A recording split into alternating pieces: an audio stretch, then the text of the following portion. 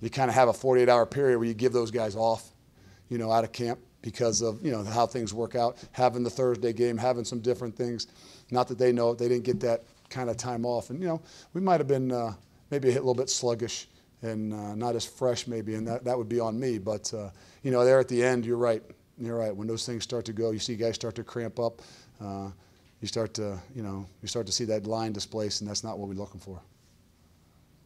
Defensively, when you were on defense, even early on, they were getting out of space, running free a little bit. What was the reason for that? I'm not sure I saw the running free. They had the touchdown there, but there was a little bit of an issue. I think the thing that you see is it's third down, and you got 3rd and 12 or something, and you're in a different mode, and the guys up front are rushing the passer, and they're off the edge, and all of a sudden they run the quarterback. They hand the ball off on 3rd and 13, which, again, we got to do a better job at making sure our kids, that's one of those things on the first game. You don't really know exactly what you're going to get from them. On 3rd and 13, you're expecting to, get the ball thrown down the field and some things, and we didn't do a great job at reacting back to it. So I can look at about 3 third downs, 4 third downs where, we're in that different mode and the mindset and the pass rush, and all of a sudden they're running the football, and that's why it kind of appears to be wide open like that. 175 yards rushing is not something that we'll be, really excited about. A lot of that is the quarterback run. 7 penalties, 3 on the key penalties. How disappointed are you with those? That's probably the thing that I will address more than anything with us as a staff and then us as a team and a program. We talked about it all camp. Defensively, if you have a penalty, it leads 2 points, and I think in every one of their points, there was a big penalty in that situation. Whether it was a personal foul, was just as a lack of discipline in some of the things that we're doing, a lack of allowing your emotions to overcome you. I think we had 7 for 70 yards, and that's something that I got to look back and try to evaluate through camp. We got to do a better job at making sure the penalties were kind of an array of different things. There's some delay of games in there that is kind of, I put that on myself. I'm making sure the punt team's out there. One we were doing on purpose, but they didn't allow us to. One we get a little bit overzealous on the kickoff and jump off sides. But, those are things that can cost you in the long run. And if we're going to stress being a disciplined football team, we got to do a lot better job at handling those situations. What were you feeling when you ran out on the field? Again, a lot of emotion. And the first one might have been exactly like, okay, now where am I headed? Because I'm so used to, doing one thing and so ingrained in your mindset of what you're doing, and then to switch your mindset over and to look at it as a whole and really kind of not just that, but to control your emotions so, you, just like the kids, aren't drained because they do. Our team needs us. They needed me, and our coaches and all of us, we need one another, and, that's a part of the game. So there was a lot of emotions. Trying to kind of hold that back a little bit just to make sure that, we could withstand the whole night. Tuesday you talked about being a kid at Christmas. You've now opened up your packages. How do you feel? I feel good. I'm more excited about us having some adversity. There's a lot of things I know we can get a lot better at. There's a lot of things that we can fix. A lot of things we hadn't seen that we saw tonight. Our ability to adjust and adapt. There's a lot of things we learned about us as coaches and how we work together and the ability for us to make some changes and things in the midst of a game.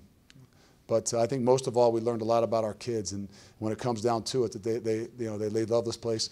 They got some grit. They got some fight to them. Even though they might have been, like you said, got a little tired, got a little pushed around there at the end when they run the football.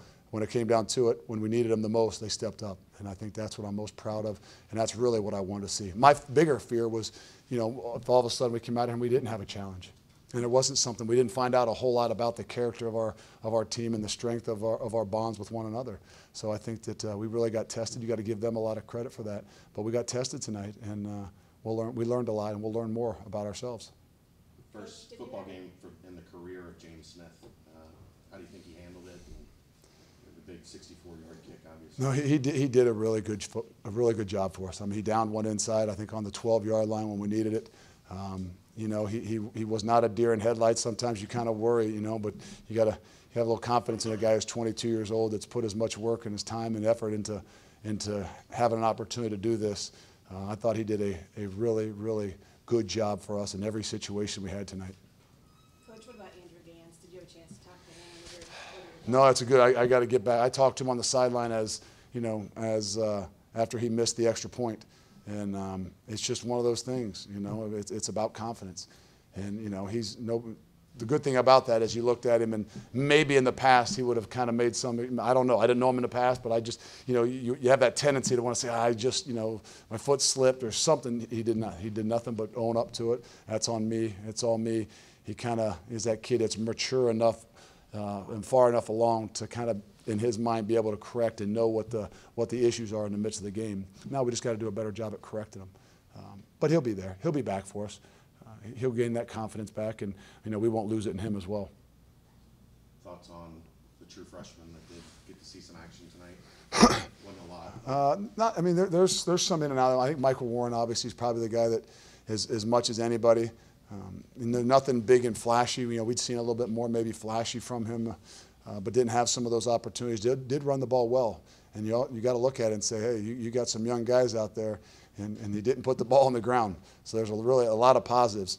A lot of those young guys played on some special teams that you probably didn't notice, from Kobe Bryant to Derek Forrest to Jarrell played on a lot of things, got in a few plays on defense.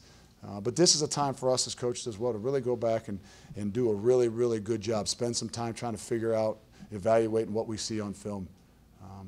It's a time for us as coaches to have our greatest growth as a staff, on how we handle things and how we work things and knowing more about our kids and the situations that we got to put them into, because it really comes down to coaching. We got to put guys in situations that they can handle and give them an opportunity to be successful. And I think we found some of that tonight, and we'll have a great opportunity to evaluate it.